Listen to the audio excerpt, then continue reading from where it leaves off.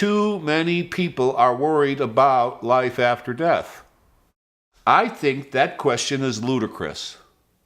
I think the real question is there life after birth? I'm natural from Earth. I like to volunteer teaching music theory. Basically, I think of myself as a self-taught art teacher. I've landed in the last 10 years, basically in the music field, because that seems to be the one art form that is losing its art. I was born in the middle of World War II in Chicago.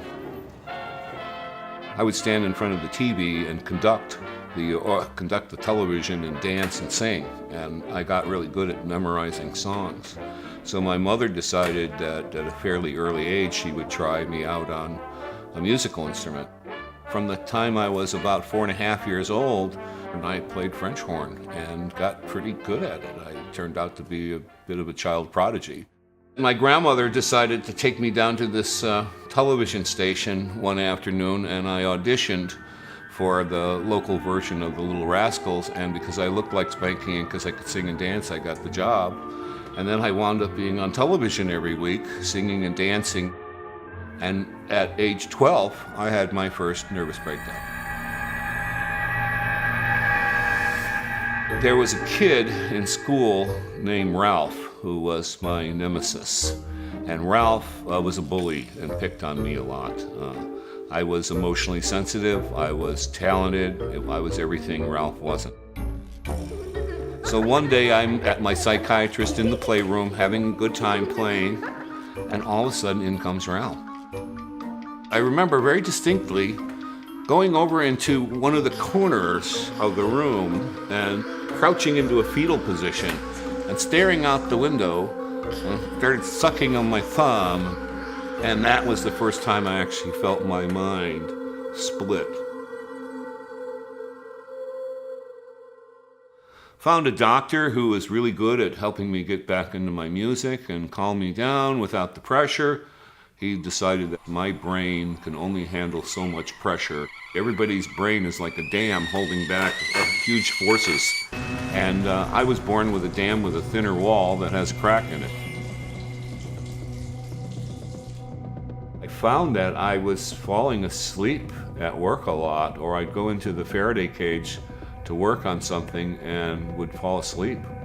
And it wasn't just that I was bored, but there was something wrong. And my boss put a lot of pressure on me and pushed me harder than he should have.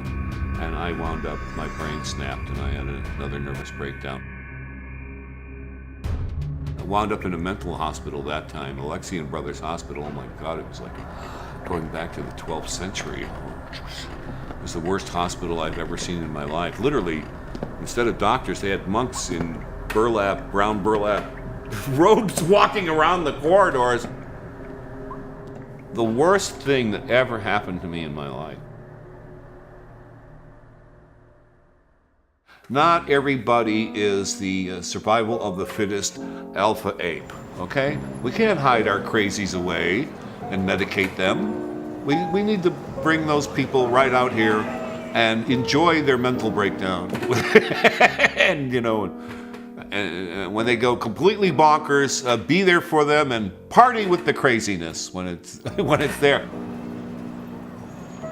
We don't want the things that are the flaws in our nature to be out in front of our face.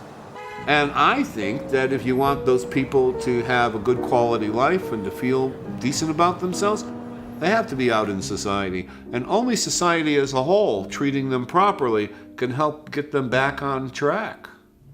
You know, when I would start going crazy, and I'd say to them, you know, I'm about to have a nervous breakdown, and people just smile and go, yeah, okay. And then I'd go have a nervous breakdown, you know.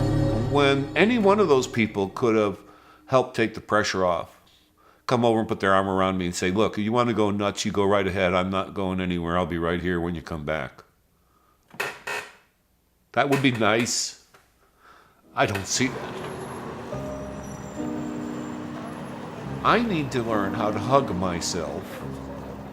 I need to learn how to stand up and be my own hero.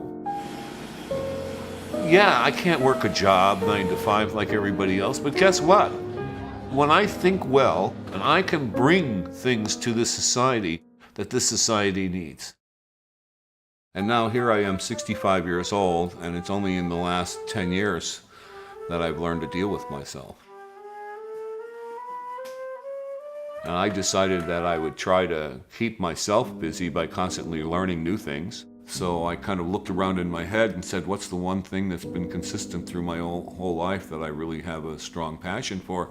It turned out to be music. When a person plays music beautifully, the people who listen are patients who are having their soul cured by the doctor of music. It's holy. And that is missing from the way we teach art. The responsibility I have as an artist to open myself up to what's here.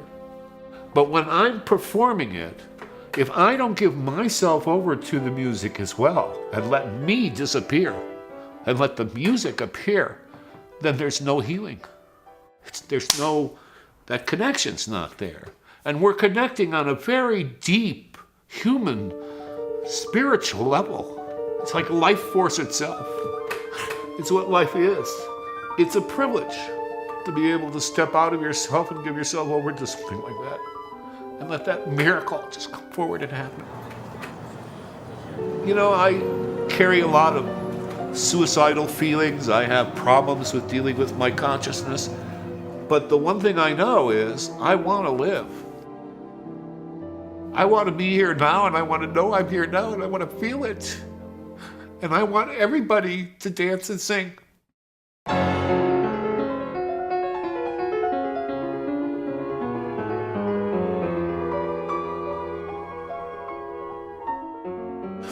Being part of a society means we have to be masochistic. There are things, impulses we have to pull back from that we can't have. But what we need to do is just realize the most important thing is just to be. It's just that simple. Can I live my life after I'm born? And just be so damn grateful that I'm alive. Because life itself is the greatest gift we have. It's the most valuable thing there is.